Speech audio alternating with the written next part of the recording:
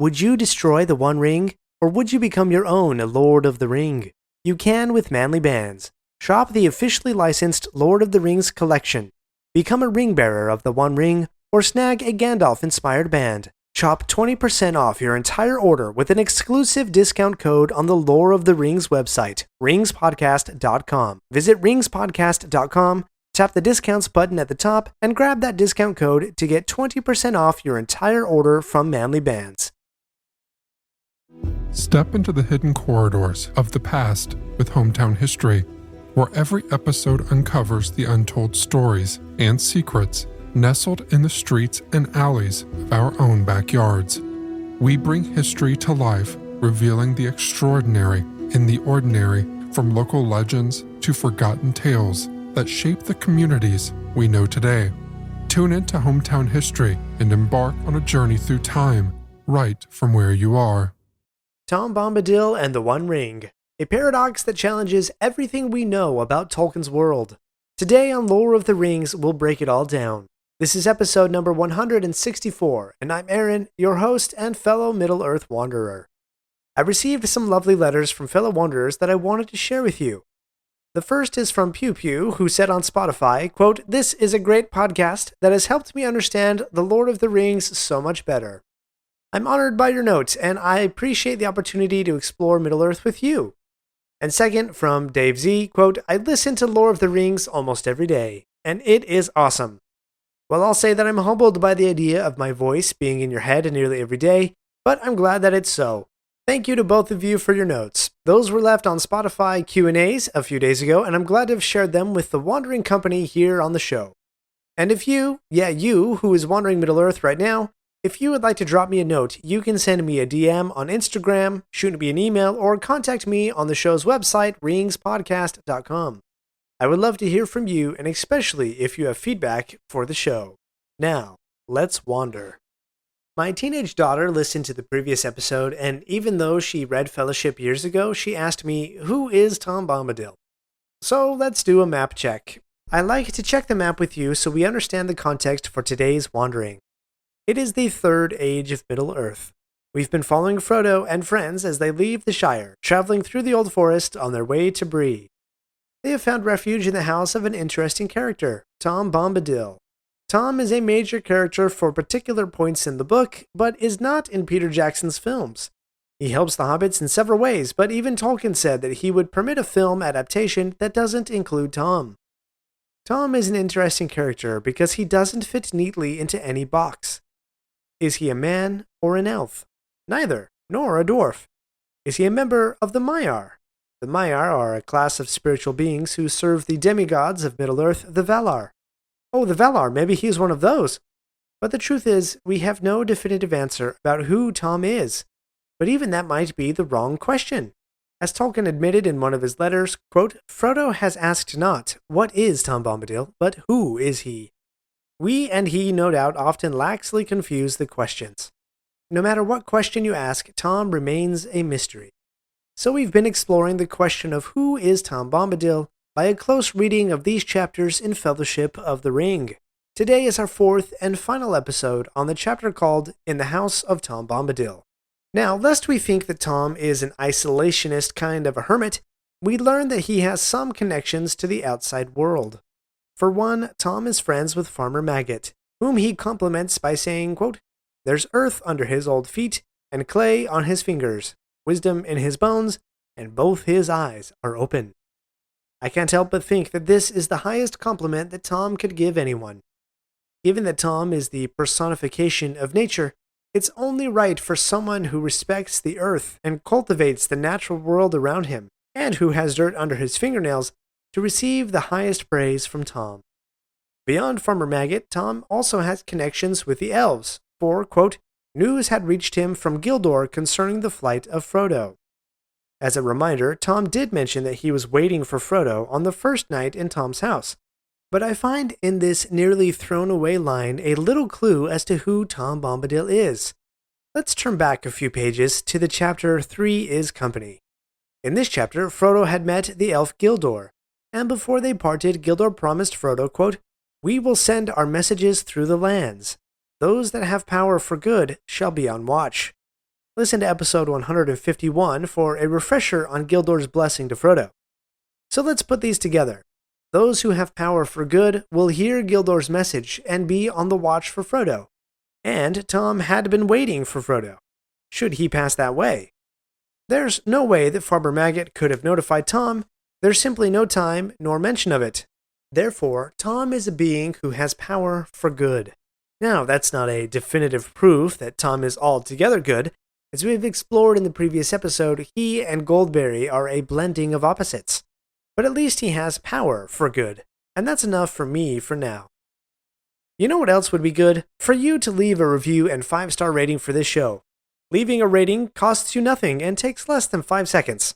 But when you leave a rating or review, it helps so many fellow fans find the Lore of the Rings show, and to wander Middle-earth with you and I. So whip out that phone and tap that 5-star rating. We now shift to the final scenes of the chapter. I'll be honest, I've been wrestling with what to say about these scenes, because the major question is no longer who is Tom Bombadil, but why. Let's take a look at the 2 tricks that close out the chapter. The first trick is from Tom. After 2 days of housing the hobbits, Tom finally cuts to the crux of the quest. He asks for Frodo to show him the ring. Now, a lot happens here, so let's break it down. First, notice how Tom describes the ring, quote, precious. Even casual fans of The Lord of the Rings who have only seen the films get that reference. The ring is often described as precious, and in particular by Gollum. In fact, when the current bearer of the ring starts to refer to it as precious, that's a tall-tale sign that the ring is taking hold of the bearer. So, does the ring have some power or influence that it can exert over Tom Bombadil? Maybe. But I think it more likely and fitting with Tom's character that he uses the word precious in a jovial, mocking sort of a way. Frodo hands over the ring without hesitation, which is a remarkable reaction. Tom takes the ring and inverts a common motif. Putting the ring to his eye, the hobbits are both amused and alarmed by the sight of, quote, his bright blue eye gleaming through the circle of gold. Let's pause on this for a second. Remember the blending theme from the previous episode? Tom is a blending of opposites, and sometimes that theme manifests itself in the inversion of motifs. The symbol for Sauron in The Lord of the Rings is a single red eye. Yet here is the One Ring, the Master Ring, Sauron's great ring of power, symbol for domination, desire, and power. Yet in Tom's house, it becomes the punchline for a joke. Instead of the all-seeing red eye of Sauron, Tom's clear, bright blue eye pierces through the golden band. In this playful yet profound moment, Tolkien masterfully subverts expectations. The very object that epitomizes darkness and corruption is rendered harmless and almost comical in Tom's hands. This scene not only reinforces Tom's unique immunity to the ring's power, but also highlights his role as a guardian of the natural world, standing in stark contrast to Sauron's malevolent influence. This idea is further reinforced in the physical size of the ring. When Frodo hands it to Tom, the ring seems to grow in size, as if it's flexing, trying to show off how great it was, in anticipation of a fight. But when Tom puts on the ring fits only on the end of his little finger. The ring has no power to physically overcome Tom. It can't even fit properly on the smallest of his fingers. It's rather silly, really, the way the ring puffed itself up before, and now it seems rather subdued, simply by being handled by Tom. And it takes the hobbits a moment to realize the obvious. Tom is wearing the ring, and yet he is still visible to them. He has not disappeared. That is a direct contradiction to the powers of the ring, which, as we were told in the revised version of The Hobbit, when Bilbo originally found the ring, quote, if you slipped that ring on your finger, you were invisible. Only in the full sunlight could you be seen, and then only by your shadow, and that would be shaky and faint. This effect of the Ring of Power clearly has zero influence on Tom. Again, Tom has taken the basic functions of the ring and subdued them. Instead of Tom disappearing, though, something does disappear. The ring itself. With a laugh, Tom makes the ring disappear, as if he were a common parlor magician, or we might say a conjurer of cheap tricks. To complete the flourish, a flash accompanies the ring's disappearance, much like Bilbo's disappearance on the night of the long-expected party in Chapter 1. Frodo is alarmed, but again, in a blending of opposites, Tom smiles and hands the ring back to Frodo. Now, your mind is likely spinning right now with a single question. Why does the ring have no power over Tom Bombadil? We've seen others, and we will see even more, who struggle with just the idea of being in proximity of the ring. The lust for power is too much for them. Even Gandalf knows that he can't bear the ring. He fears its power too much. So why is Tom so outside of these concerns? Why is he so apart from the attraction of the ring? Well, I want to get to that, but before I do, we need to wander into the second trick of the night, Frodo's test. Frodo, it seems, wants to make sure that the ring that Tom gave him is indeed the one ring he has been charged with carrying. The first thing I find interesting about this is what is the source of Frodo's suspicion? Sure, Tom didn't seem to take it seriously, but there's no indication that Tom wanted to steal or exchange the ring. Indeed, Tom doesn't need a golden trinket. He has lilies to bring to his Goldberry. The suspicion and distrust comes from the ring itself, or Frodo's own attraction to the Ring of Power. So he feels, quote, something prompting him to make sure he really has the One Ring. We should know by now that that something is likely the One Ring itself, exerting its own will on Frodo. It wants to control him.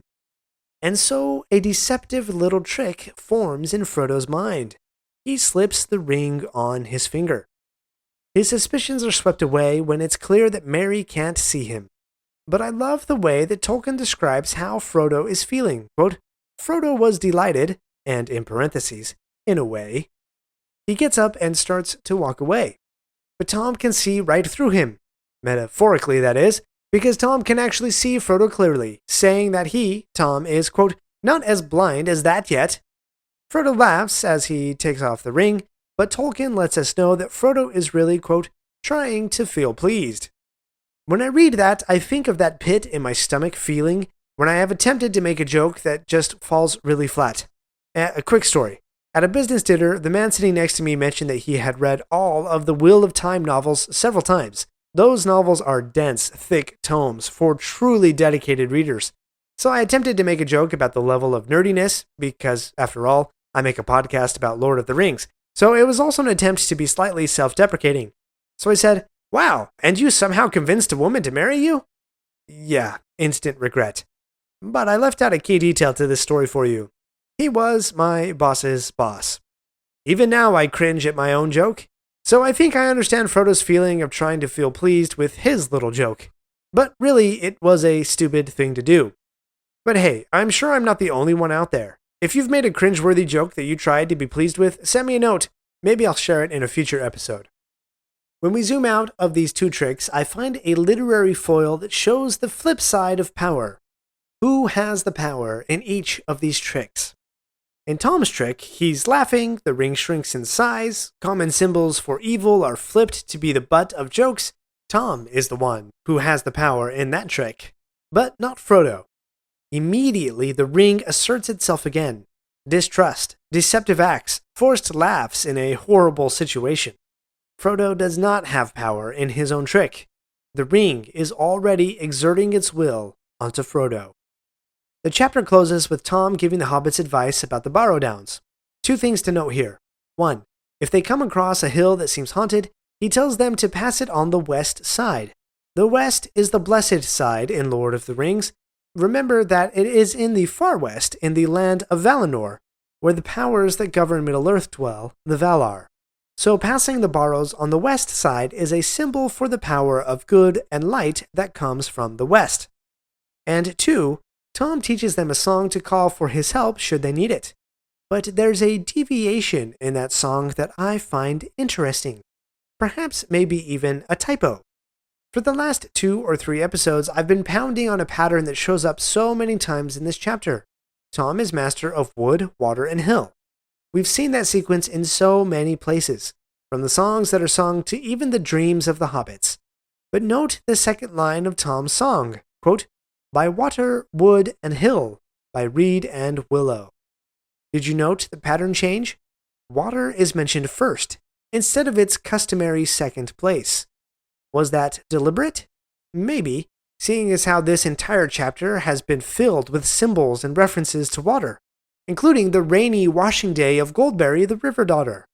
But I'm more inclined to think, since we've seen that pattern so many times in that specific order, that this line is perhaps an error, something that the editor didn't catch. Regardless, the pattern still holds, and I even have one or two more instances of it to show you in the future.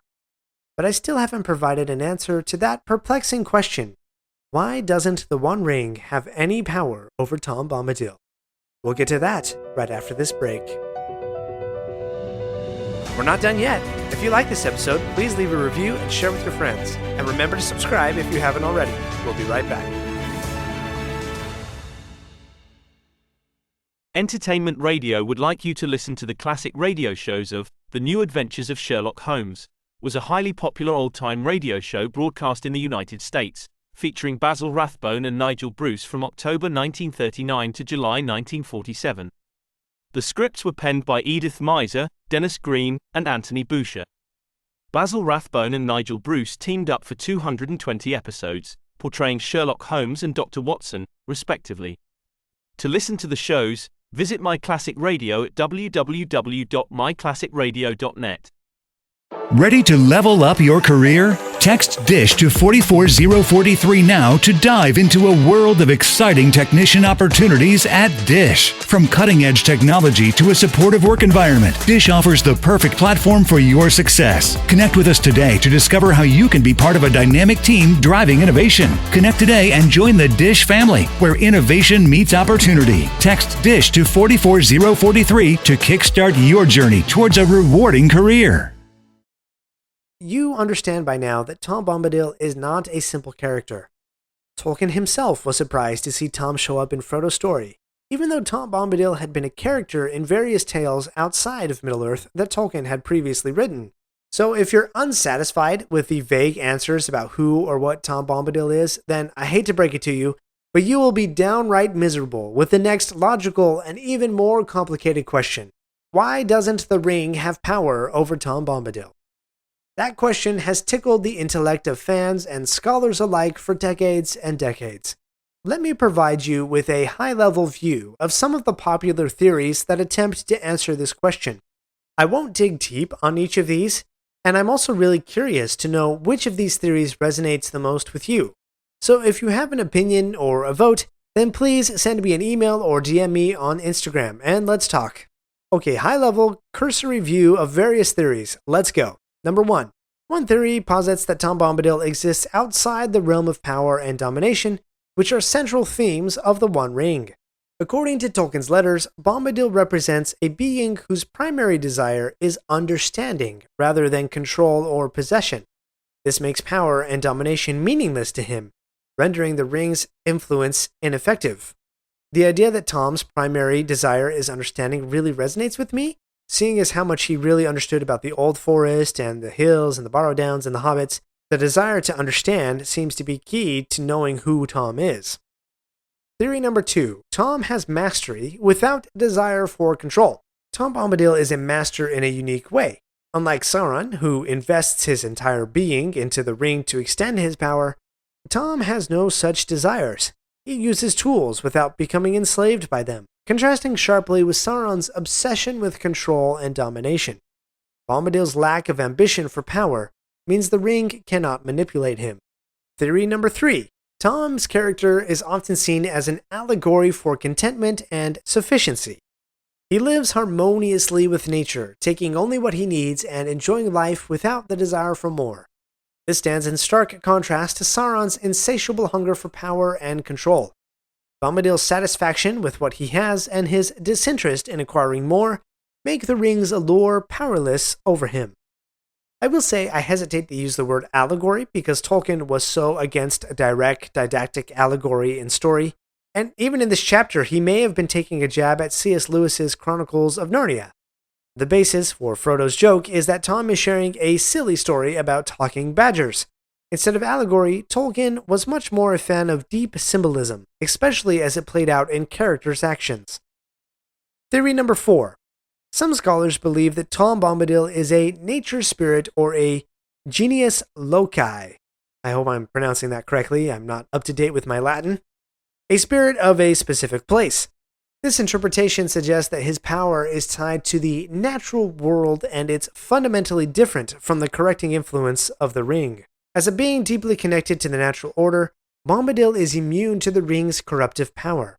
I struggle with this one a little bit because Tom was around for the creation of the whole world, and even told the hobbits that he journeyed far and wide before settling with Goldberry at the edge of the forest. If anything, Goldberry is the localized spirit who tames Tom. Perhaps she's the reason he is immune to the ring? Number 5. Tom is simply a narrative device. Tolkien himself hinted that Tom Bombadil was included in the story as a simple narrative device to provide an adventure for the hobbits and to make a statement about the nature of power. Bombadil's immunity to the ring serves to highlight the idea that there are aspects of existence that transcend the corrupting influence of power and domination. And theory number 6. It is suggested that the ring's power is limited to those who desire what it offers: power, control, and domination. Since Bombadil has no such desires, the ring cannot affect him. This theory underscores the idea that the ring's power is not absolute, but conditional upon the desires and weaknesses of its bearer. This makes sense to me because we'll see in various other tests that the ring awakens the deepest unrealized desires of the individuals who attempt to bear it. Sam Gamgee would have ruled over a lush worldwide garden if he had used the One Ring. So there you go. These theories provide a collective contribution to understanding why the One Ring has no power over Tom. But does one or more of those sit with you? Please let me know. But the simple fact that this question brings up so many fascinating ideas makes Tom Bombadil one of the most enigmatic and fascinating characters in Tolkien's legendarium, and perhaps in all of literature. Join me in the next episode, where we will leave Tom behind and step back into the unknown and into a terrifying ghost story. Thank you for wandering Middle-earth with me today.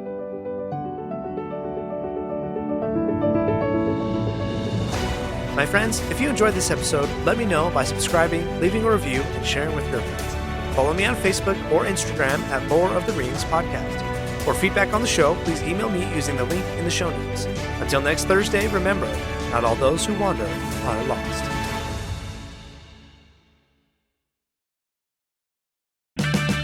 Is your vehicle stopping like it should? Does it squeal or grind when you brake? Don't miss out on summer brake deals at O'Reilly Auto Parts.